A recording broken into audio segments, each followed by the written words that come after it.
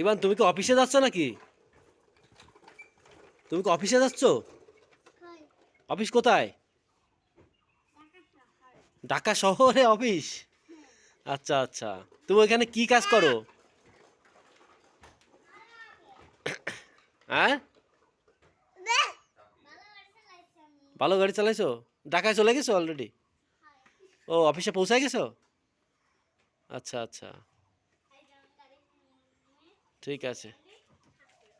ও আচ্ছা আচ্ছা, ঠিক আছে।